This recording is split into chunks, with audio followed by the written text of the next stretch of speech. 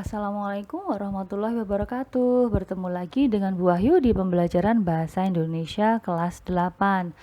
Di pertemuan sebelumnya kita sudah membahas mengenai unsur-unsur teks berita. Nah, di pertemuan kali ini kita akan meneruskan pembahasan mengenai menelaah struktur dan kaidah kebahasaan teks berita. Kalian cermati kompetensi dasar dan tujuan pembelajaran kali ini ya. Kita mulai saja pembahasan kita yang pertama mengenai struktur teks berita. Untuk lebih jelasnya bisa sambil kalian buka buku paket pada halaman 12. Seperti yang terlihat di layar, struktur teks berita disajikan dalam pola piramida terbalik. Bagian awal merupakan bagian pokok dan semakin ke bawah berita itu merupakan perincian-perinciannya yang sifatnya cenderung tidak penting. Seperti yang terlihat bahwa pada struktur kepala berisi informasi terpenting yaitu unsur-unsur berita 5W1H. Tapi dalam sebuah berita bisa jadi unsur berita 5W1H tidak hanya berada di bagian kepala tetapi juga di bagian tubuh berita. Nah, sedangkan pada bagian ekor berita berisi informasi yang kurang penting. Maka letak ekor berita pada bagian paling bawah.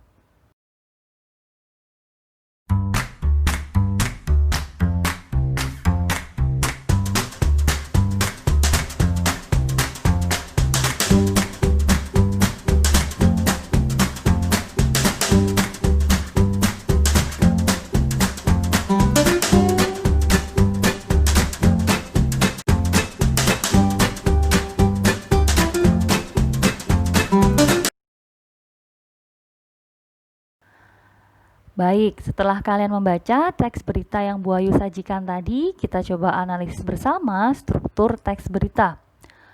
Bagian paling atas adalah judul berita. Paragraf pertama merupakan kepala berita. Paragraf kedua merupakan tubuh berita. Dan paragraf keempat merupakan ekor berita. Unsur-unsur berita 5W1H memang lazim ditempatkan di bagian awal pemberitaan. Ya. Unsur 5W1H ini biasanya diletakkan pada bagian kepala berita dan tubuh berita.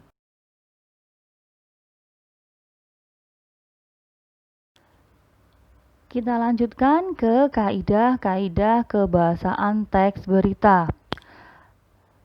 Teks berita mempunyai 6 kaidah kebahasaan.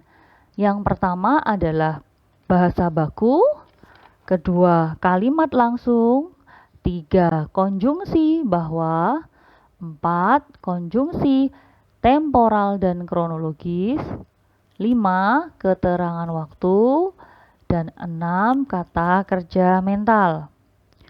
Pada penjelasan Bu Wahyu berikutnya, Bu Wahyu akan menyamakan seperti penjabaran materi yang ada di buku paket kalian halaman 15.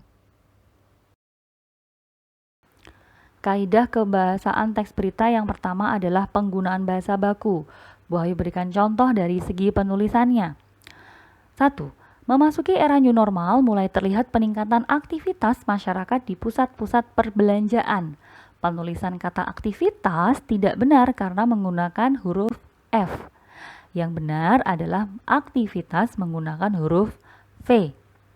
Contoh yang kedua, Boa Salosa harus beristirahat total selama musim pertandingan tahun ini karena mengalami cedera lutut. Cedera itu bukan penggunaan bahasa baku. Karena yang baku seharusnya adalah cedera. Banyak sekali contoh yang lain ya. Coba kalian ingat-ingat kembali. Kaidah kebahasaan yang kedua pada teks berita adalah penggunaan kalimat langsung.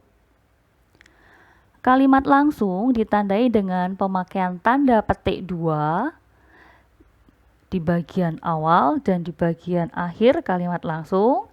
Kemudian disertai juga dengan kalimat pengiringnya. Kalian ingat-ingat kembali materi ini dulu di kelas 7, kalian sudah pernah mendapatkan materi ini. Bu Ayu berikan contoh ya. Kecelakaan kemarin membuat tiang listrik di depan warung saya hancur, ucap pemilik warung itu. Kalimat yang diucapkan oleh pemilik warung adalah kalimat yang ditandai dalam tanda petik.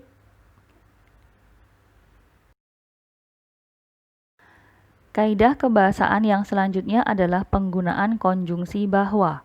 Konjungsi bahwa berfungsi sebagai penerang kata yang diikutinya. Contohnya, setelah diperiksa di Medan, BNN mengetahui bahwa keduanya dikendalikan narapidana LP Cipinang, Jakarta. Contoh yang kedua, Ilza Gusmin mengatakan bahwa pemerintah kota Moskow mendukung penuh KBRI Moskow dalam menyelenggarakan Festival Indonesia. Penggunaan konjungsi bahwa ini berkaitan dengan pengubahan bentuk kalimat langsung oleh narasumber yang diubah menjadi kalimat tidak langsung oleh wartawan atau penulis berita. Kaidah kebahasaan teks berita yang keempat adalah penggunaan kata kerja mental. Kata kerja mental adalah kata yang terkait dengan hasil pemikiran. Contoh kata kerja mental antara lain memikirkan, membayangkan, berasumsi, menyimpulkan, berpraduga, berasumsi, berkesimpulan, beranalogi, dan lain-lain. Contohnya, para korban gempa memikirkan solusi bagaimana mereka dapat keluar dari situasi yang memilukan itu. Mereka membayangkan seandainya gempa susulan itu terjadi lagi. Kita sampai pada kaidah kebahasaan teks berita yang kelima, yaitu penggunaan keterangan waktu dan tempat. Penggunaan keterangan waktu dan tempat dalam teks berita ini penting karena hubungannya dengan unsur berita, kapan, dan di mana.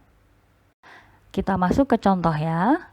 Sabtu 25 Juli 2020 sekitar pukul 10 telah terjadi tanah longsor di kawasan Bukit Sembiring.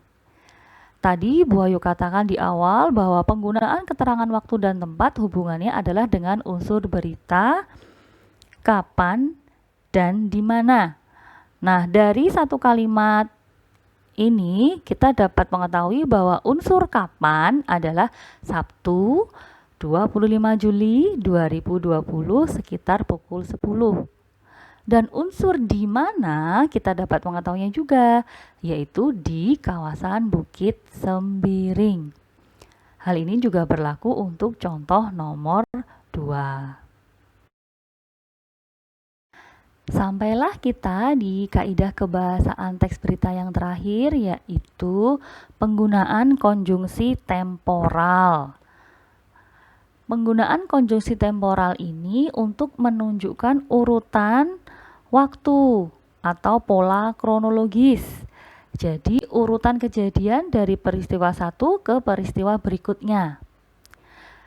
Konjungsi temporal contohnya antara lain kemudian, sejak, lalu, setelah, selama, awalnya, akhirnya, dan lain-lain.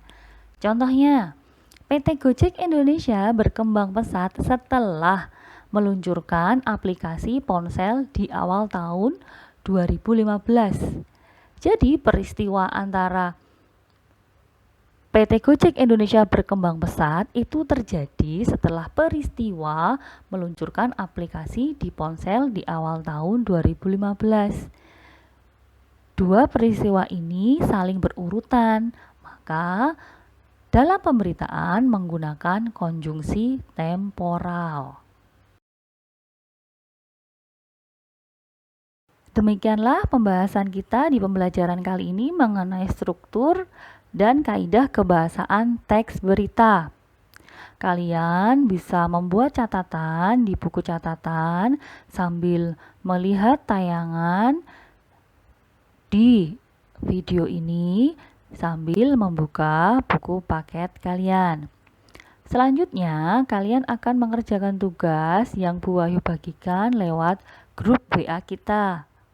Kerjakan dengan teliti, sungguh-sungguh supaya mendapatkan hasil yang maksimal. Sampai jumpa di pembelajaran berikutnya. Terima kasih. Wassalamualaikum warahmatullahi wabarakatuh.